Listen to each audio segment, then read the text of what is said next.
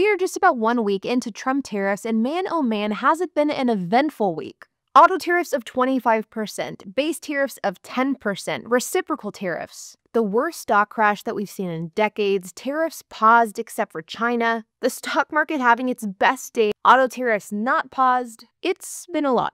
And if you are having a hard time keeping up with all of this, then I certainly don't blame you because it has been confusing, volatile, and very much all over the place. And so in this video, I'm going to be breaking down an update of what has happened and what is the current state of tariffs, as well as how automakers have responded and what you can expect if you are a car buyer. First, as I mentioned a moment ago, Trump put a pause on new and reciprocal tariffs for 90 days. But that doesn't mean that tariffs altogether are paused or that they're going away, and for the most part, at least in the context of this YouTube channel, we're still kind of screwed. And here is where we currently stand with a handful of the tariffs that had been previously implemented. The 10% baseline tariff, that is still active. The 25% auto tariff is also still active. Blanket steel and aluminum tariffs of 25%, those are also still active. Tariffs on China specifically have absolutely skyrocketed at 125%. But what has changed is the reciprocal tariffs and the additional tariffs on top of auto parts, steel, and the baseline tariff. These are the tariffs that were in some cases 25, 50, 75, 80% depending on the specific country. Those tariffs as of now have been paused. But unfortunately, as I mentioned just a second ago,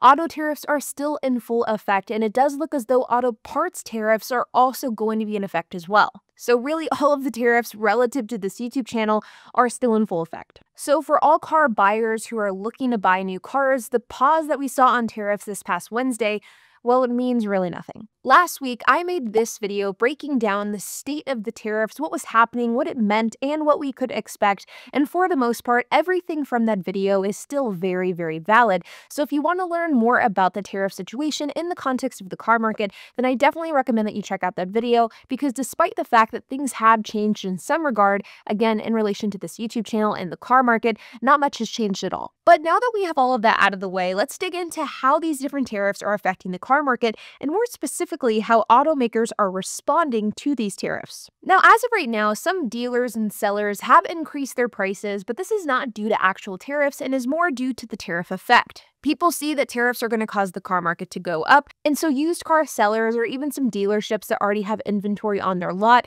they are using this as a way to increase prices because of the chaos surrounding this entire ordeal. Don't fall for this. Tariffs won't actually affect the car market, at least market-wide, for a couple more weeks, if not a couple more months, and for some automakers even more. So do not overpay for a car right now under the guise of tariffs. Now, that is in relation to dealerships and used car sellers, but automakers, on the other hand, they really had to get into action mode the moment that these tariffs were implemented because of the fact that many automakers are importing cars throughout the world into the United States, and there was this instant effect that occurred the moment that these tariffs went into action on April 3rd. And so automakers have already started to make decisions, announcements, and plans with these tariffs in mind. And here are some of the different things that different automakers are doing. Now, Audi and subsequently Volkswagen have halted all imports into the United States. So if you are an Audi or a Volkswagen customer and you are looking to buy a brand new car from the factory, well, you can't, at least not for now.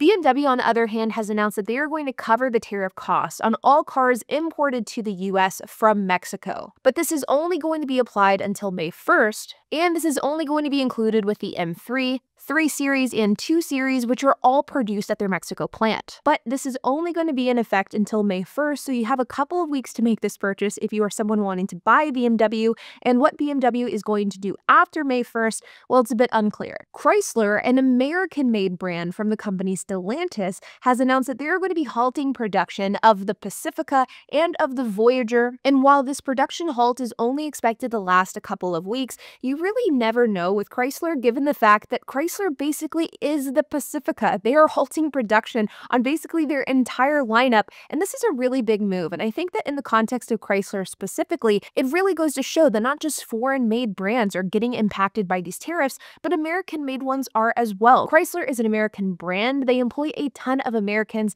and with the Pacifica and the Voyager specifically, those are produced in Canada, which is why they are halting production on these vehicles. Now, of all of the automakers, Ford has probably come out with the most aggressive response to these tariffs, especially compared to General Motors, which has given very little, if any, response to this publicly at all, other than simply saying that they support the mission of producing more in America. But what Ford is doing is they are offering temporarily employee pricing to everyone. In an initiative called From America, for America, Ford and also Lincoln are offering employee pricing until June 2nd on a handful of their models, but specifically, they are not including models like the Raptor, Specialty Mustangs, Bronco vehicles, the 2025 Expedition, Navigator SUVs, and Super Duty trucks. So basically everything that anybody wants. Now that is a partial joke, I will admit, kinda. And I do give Ford credit with the fact that they are kind of doing a turning lemons into lemonade situation here, which is a good thing. Hyundai and subsequently Genesis and kind of Kia had sort of a give and take response to tariffs. The official indirect response from both Hyundai and Genesis is that they will no longer offer their customer assurance program for 2026 models starting June 2nd, which is basically like complimentary maintenance on new vehicles, so they will no longer be offering this on new cars starting June 2nd. But both of these automakers have announced that they will not be raising pricing for customers for at least 2 months, and that the ending of their complimentary maintenance program is sort of their interim response to tariffs. So sort of cutting costs by cutting perks rather than cutting costs by raising prices. Now this is what they'll be doing for the next 2 months, so until about the beginning of June, and what they do after that is unknown as of now. Now Honda has not announced price increases, but they also haven't announced that prices will stay the same, and their spokesperson had this to say about tariffs. Tariffs on imported autos and auto parts will have a tremendous impact on the entire US auto industry.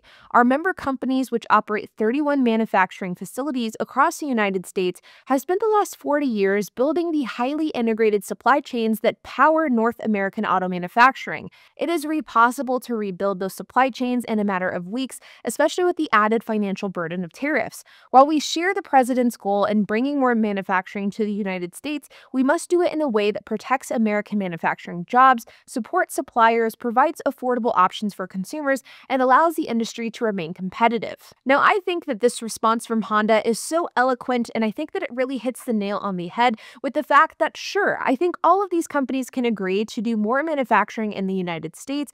They can create a path to move forward with that initiative, but the reality is manufacturing more in the United States is not only expensive, but it also takes an incredibly long time, and tariffs in many ways can really hurt that initiative. Infiniti has indefinitely paused production of the QX50 and the QX55 SUVs, which are built at assembly plants in Mexico, but these models will continue to be sold and produced for other countries, and rumor has it that these cars will not kick back up production for the US until the tariffs are reverted back to the way that they were. Now, Jaguar and Land Rover, which, let's be real here, it's basically just Land Rover at this point. I mean, really, what is Jaguar importing? They have announced that they will be halting all imports into the United States for at least 1 month while they try to figure out what they're going to do. Mercedes, on the other hand, is sort of taking a different approach, and they've said that at least for now, they'll absorb the cost of tariffs, which means that for Mercedes customers, there will be no additional cost for buying a car, despite the fact that it's imported. However, the timeline of that is unknown.